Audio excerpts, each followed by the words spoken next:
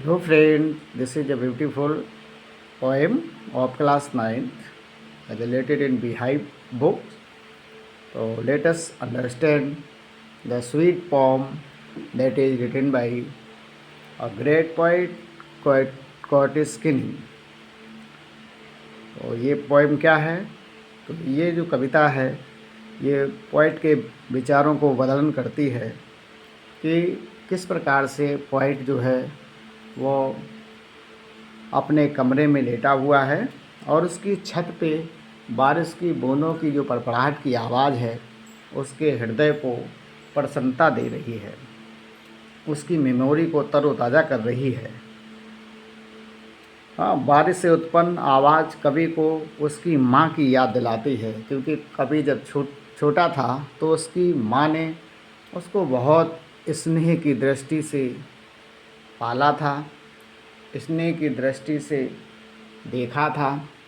इस प्रकार यह जो कविता है ये माना जा सकता है कि कर्टिस स्किनी के ये अपनी माँ के लिए एक श्रद्धांजलि भी हो सकती है।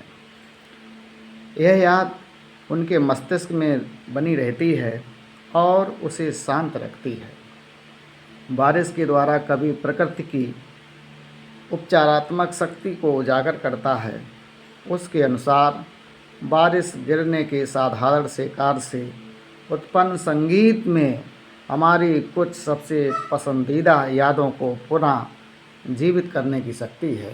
पोएट बता रहे हैं कि जब वो छोटे थे और जब उनकी माँ उनको बिस्तर पे सुलाती थी, तकिए पे सिर रखती थी और जब बारिश हुआ करती थी तो उस दौरान पोएट की माँ पोएट को नहीं जगाती थी और जो पोएट भी अपनी माँ के द्वारा किया गया बहुत ही प्रेम पूर्वक व्यवहार उसके दिमाग से भूलता नहीं है। वो बारिश का मौसम जब जब भी आता है पोएट को अपनी माँ की याद आ जाती है, क्योंकि अब पोएट की माँ अब इस दुनिया में नहीं है। तो पोएट बता रहे हैं कि बारिश अमर है, ये तो आती रहेगी, लेकिन मेरी माँ को कोई वापस नहीं ला सकता है। जैसे ही काले काले बादल आकाश में घुमड़ते दिखाई पड़ते हैं, पोएट एकदम से अपनी माँ को याद करने लगता है। तब ये यादें हमें आराम और शांति प्रदान करती हैं। पोएट बता रहे हैं कि जिस प्रकार से वर्षा की बूंदें टपटपाती हुई उनकी आवाज़ मेरे कानों तक आती है तो वास्तव में मुझे बहुत अच्छा लगता है। हजारों कल्पनाएं, हजारों स्वप्न का ताना बाना एकदम से मेरे हृदय में घुमड़ने लगता है, मेरे माइंड में चलने लगता है। ठीक, तो यही इस कविता की थोड़ी थीम रही है और आगे इसके जो मीनिंग बनेंगे या इसके क्वेश्चन आंसर बनेंगे, सेंटेंस आइडिया बनेगा, तो वो देख सकते हैं। इस प्रकार से मीनिंग देखेंगे। ह्यूमिड, तो इसका मतलब क्या है? डैम्प है, आर्द्र या नम। Hover, remain in one place in the air, मड़राते हैं। मेलंकली, हेयर डीपली सैड, कहने का मतलब है बहुत उदास। ब्लिस क्या है? परफेक्ट हैप्पीनेस, आनंद है। कॉटेज चैम्बर बेड क्या है? A bed in the room of a village house, गांव के घर के कक्ष का एक बिस्तर है। पैटर क्या है? तो पैटर क्या है? रिपीटेड लाइट टैपिंग साउंड, तड़तड़ की आवाज़ जैसे वर्षा की बूंदें करती हैं। इसके बाद क्या है? टिंकल, तो अ लाइट क्लियर रिंगिंग साउंड, टनटनाट की आवाज़ जो है। ठीक है, तो ये पैटर है, टिंकल है, ये ओनोमोटोपिया के एग्जाम्पल हैं फिगर्स ऑफ स्पीच में। सिंगल्स क्या है? On a beach small rounded pebbles, समुद्र तट पर गोल छोटे जो पत्थर होते हैं जिस पे छत पे जिसको पाटा जाता है, कहने का तात्पर्य ये छत होती है। और इसके बाद आगे देख लेते हैं इको। तो इको का मतलब क्या है? रिपीटेड साउंड, जिसको गूंज कहते हैं। और इसके बाद फैंसीज, तो यहाँ पे क्या हो जाएगा? सिंगुलर। फैंसी का मतलब इमेजिनेशंस, जो कल्पनाएं दिमाग में चलती हैं। रिकलेक्शन क्या है? तो ये रिकलेक्शन मेमोरीज को बोला जाता है, स्मृतियाँ जिसको बोलेंगे। और इसके बाद वूप क्या है, तो वूप यहाँ woof equal to weft crosswise bobbin thread, जिस प्रकार का ताना बाना जो विचारों का होता है, तो यहाँ पे ताना बाना वूप का मतलब है कि हजारों स्मृतियाँ, हजारों कल्पनाएं उस पोइट के दिमाग में घर कर जाती हैं। अगोन लॉन्ग पास्ट, लॉन्ग पास्ट क्या हुआ, बीते हुए पल हैं। इसके बाद एर, एर मीन्स क्या है, तो बिफोर या पहले, dawn very very early morning, ऊषा काल जिसको बोलते हैं। फोन्ड क्या है, अफेक्शन नेट, प्यार भरा है। लिस्ट क्या है, लिस्ट का मतलब यहाँ लिसन से है, या किसका मतलब है सुनता हूँ। और रिफ्रेन क्या है, तो रिफ्रेन का मतलब होता है here repeated sound of rain, वर्षा ध्वनि की बारंबारता, या जिसको टेक बोलते हैं। ओके, तो central idea of the poem देख लेते हैं। The poem describe the poets thought when he hears the sound of rain falling on the tile roof of his cottage. The sound produced by the rain reminds the poet of a memory of his mother. This memory stays in his mind and calms him. Through rain, the poet highlights the healing power of nature. According to him, the music produced by the simple act of falling of rain holds the power of bring. According to him, the music produced by the simple act of falling of rain holds the power to bring back some of our fondest memories. These memories then provides us with comfort and calm us. और इसकी हिंदी भी नीचे लिखी है, तो आप इसको पढ़ के और ज़्यादा समझ सकते हैं। यहाँ क्वेश्चन देखेंगे, why does the poet call melancholy darkness weeping, तो क्या हो जाएगा, the poet calls melancholy darkness weeping because of raining in darkness, ये इसका आंसर बन जाएगा।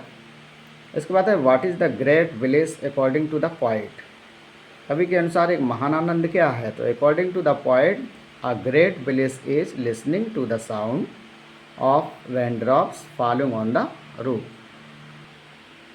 इसके बाद अगला क्वेश्चन देखते हैं, what create an echo in the heart, हृदय में क्या झंझनाहट उत्पन्न करता है, तो the tinkling sound creates an echo in the heart. Okay, और इसके बाद अगला क्वेश्चन है, why does the mind become busy, मस्तिष्क क्यों व्यस्त हो जाता है, तो the mind becomes busy because it is dreaming 1,000 fancies, एक साथ कई सारे स्वप्न, हजारों स्वप्न और कल्पनाएँ मस्तिष्क में आ जाती हैं। आगे देखते हैं, why does the poet poets listen to, कवि क्या सुनता है, तो the poet listen to the patter of the rain upon the roof. और इसके बाद अगला क्वेश्चन क्या है, what are dreamy fancies of the poet, कवि के काल्पनिक सपने क्या हैं, तो dreamy fancies of the poet are his mother's cuddling love affection and fond look. इसके बाद यहाँ देखेंगे, who comes to the poet's memory, यहाँ नंबर से मतलब नहीं है, ये जो नंबर आप देख रहे हैं इनसे मतलब नहीं है, जो जो क्वेश्चन यहाँ पे दिए गए हैं इनको राइट डाउन कर लेना है। तो who comes to the poet's memory, कवि की याद में कौन आता है, तो his mother comes to the poet's memory, उसकी माँ जो है उसकी याद में आती है, स्वप्न में आती है। सेकंड क्वेश्चन है, how does the poet mother treat the dreamers, तो कवि की माँ स्वप्न देखने वालों के साथ कैसा व्यवहार करती है, तो the poets mother treat them with respect, बड़े सम्मान के साथ उसका व्यवहार करती है, बड़े आत्मगौरव के साथ करती है। आगे देख लेते हैं, who are darling dreamers in the stats, माने प्रधांश में प्रिय सपने देखने वाले कौन हैं, तो poet and his siblings are the darling dreamers in the stats, तो पोएट हैं और उनके सिबलिंग माने भाई बहन हैं, ठीक है, पोएट और उसके भाई बहन की बात बताई गई है। आर द डार्लिंग ड्रीमर्स, मीठे स्वप्न देखने वाले हैं, ठीक है। और इसके बाद अगला क्वेश्चन क्या है, तो आगे देख लेते हैं, how is the refrain created, तो संगीत कैसे उत्पन्न हो रहा है, तो क्या हो जाएगा, the refrain is created by the rain falling on the shingles. उसके बाद ये मल्टीपल चॉइस क्वेश्चन देखते थे। Select the most suitable alternative. Shadows in the poem refers to. तो शैडो किस पे रिफर करता है, तो हो जाएगा moisture, laden clouds casting shadow on the earth. ठीक है, तो यहाँ पर नमी युक्त बादल जो कि लदे हैं आसमान में, तो ये हो जाएगा शैडोज का मतलब बी ऑप्शन सही है। सेकंड देखते हैं, the poet compares the rain drop. Rain drop को से किसको तुलना करता है, तो हो जाएगा टीयर्स, आंसुओं से तुलना करता है। नंबर थर्ड देखेंगे, every tinkle on the shingles refers to. क्या रिफ़र करता है, जो भी टंटनाट की आवाज़, वर्षा की बूंदें जो कि टाइल्स की छत पे पड़ती हैं। क्या हो जाएगा, every rain drops falling on the roof top. ये इसका सी हो जाएगा आंसर, और आंसर ये सी है। और नंबर 4 देखते हैं। नंबर 4 क्या है, the poet's mother used to gaze. मतलब पोइट की जो मदर है वो एकटक निहारती है, एकटक देखती है। तो क्या कैसे देखती है, तो हो जाएगा लविंगली, बड़े स्नेह की दृष्टि से देखती है। तो यहाँ पे मैचिंग द वर्ड्स देख लेते हैं। Match the words expression in column A with those in column B. तो कॉलम ए कॉलम बी, तो यहाँ देखते हैं ना मेलंकली, तो मेलंकली का क्या बन जाएगा, सोरो। 1 नंबर लिखा है तो 1 नंबर का 1 नंबर ये हो गया, मिल गया है। दूसरा है पैटर, तो पैटर में पड़पड़ाने की आवाज़ होती है, तो दूसरा हो जाएगा sound of drop falling on the roof. तीसरा क्या है, सिंगल्स है, खपड़ैल जिसको बोलते हैं, जिससे छत को पाटा जाता है। तो सिंगल्स क्या है, तीसरा देखेंगे तो तीसरा है पीसेस ऑफ स्टोन। ठीक है, कुछ पत्थर के टुकड़े होते हैं जिस। और इसके बाद अगला देखते हैं रिकलेक्शन, नंबर 4। तो 4 से 4 मिला देंगे तो हो जाएगा मेमोरीज। और वूप का मतलब है थ्रीड्स वॉविन एक्रॉस द लूम, ताना बाना जिसको बोलते हैं। तो ये इसके मैचिंग वर्ड हैं। और I hope all will be clear here and all student will